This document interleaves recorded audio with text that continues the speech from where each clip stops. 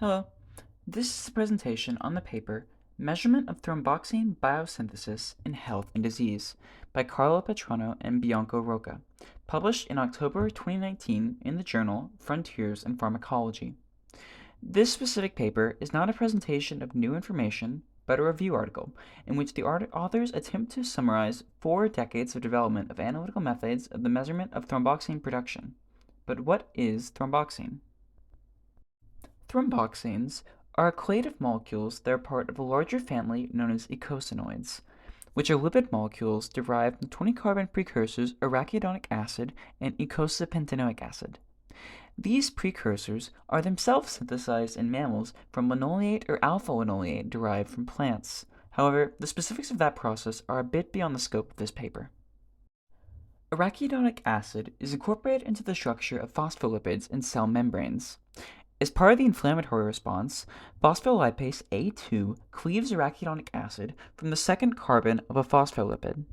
These arachidonic acid molecules are converted by COX proteins into prostaglandin H2, which can then be differentiated into a few different paracrine hormones.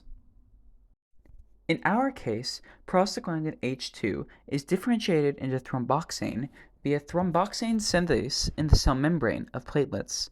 From there, thromboxane acts as a vasoconstrictor, causing blood vessels to narrow. It also causes new platelets to activate and activated platelets to accumulate, forming clots. While clotting is obviously a critical part of the healing process, it can also lead to clogging of blood vessels and negatively contribute to heart health. This can be especially worrisome in individuals that have pre-existing risk factors in their cardiovascular systems. Nonsteroidal anti-inflammatory drugs, or NSAIDs, are a class of drugs that suppress the inflammatory process by inhibiting COX proteins, of which humans predominantly have 2. Both COX-1 and 2 produce prostaglandins that differentiate to promote fever, pain, and inflammation. However, COX-1 is especially expressed in stomach epithelial cells and in platelets, and as such is more involved in production of prostaglandins that will differentiate to promote the production of gut mucosa and promote platelet aggregation. Most NSAIDs target COX-1 and COX-2 equally. Aspirin, however, is an NSAID that binds to COX-1 more strongly than COX-2. As such, it suppresses production of PGH2 in platelets, which in turn limits the activity of thromboxane synthase, which again is only found in the cell membrane of platelets. When less thromboxane is produced, the inflammatory response is lessened and clots are less able to form, resulting in thinner blood. So, to quickly put it all together so that we can see the entire pathway on one screen, arachidonic acid is released from the phospholipid bilayer by phospholipase A2.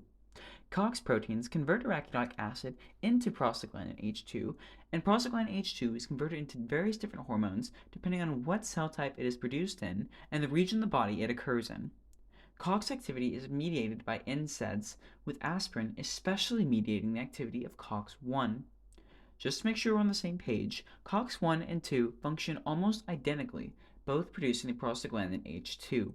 The primary differences between the two molecules are the shapes of the binding sites of the regulatory molecules for these proteins and where the proteins are expressed, which affects what other proteins are nearby that accept prostaglandin H2 as a substrate, and therefore what prostaglandin H2 will differentiate into.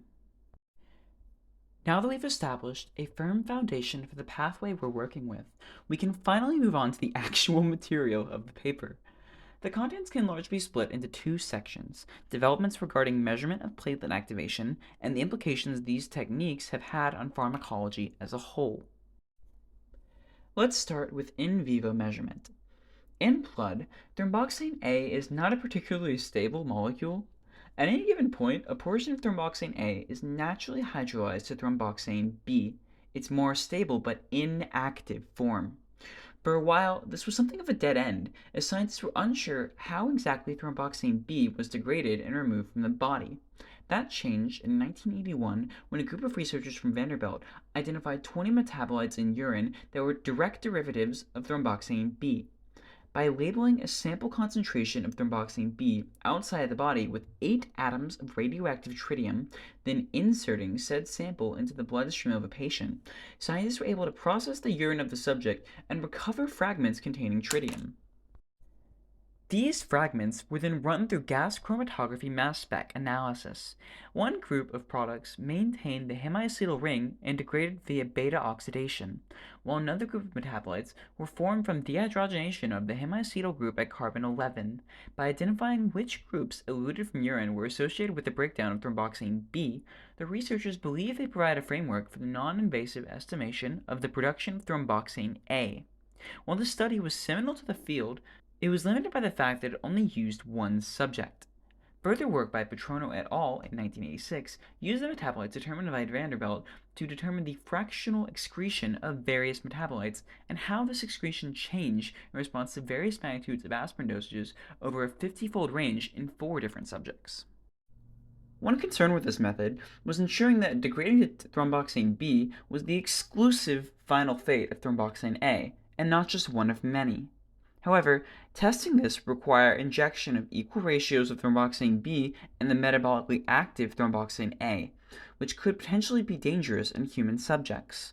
Thus, the experiment was run on a monkey in 1989, and it was observed that the ratios of urinary metabolites observed were completely congruent with previous studies, implying that thromboxane A will always degrade to thromboxane B, and so that as far as urinary metabolism is concerned, they're identical. Another important technique used in analysis of platelet activity has been measurement of serum samples ex vivo.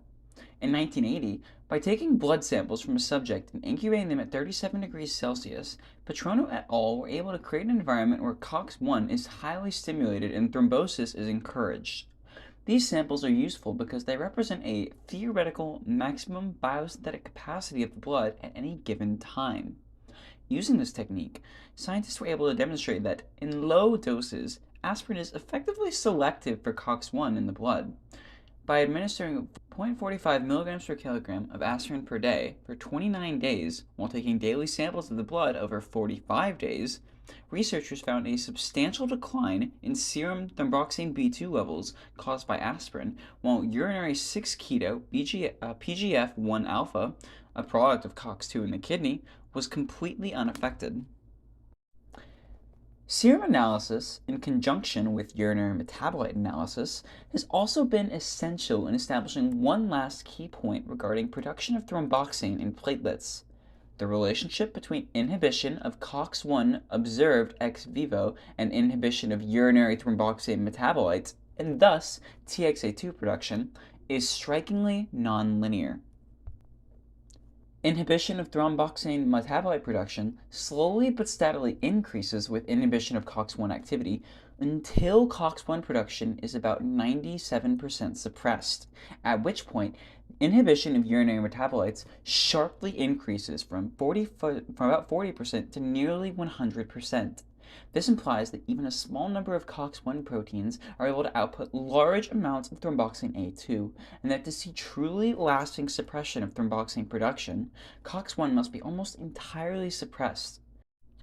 This seems to explain why non-selective NSAIDs, such as ibuprofen, have had limited effectiveness in preventing thrombosis, and many researchers have suggested that this relationship could mean that NSAIDs that are quote-unquote non-selective between COX-1 and COX-2 have the potential to share side effects with NSAIDs that are specifically selective for COX-2, as with this relationship, being indifferent to COX-1 is effectively being selective for COX-2, because you have to suppress COX-1 so much to see significant prevention of thrombosis.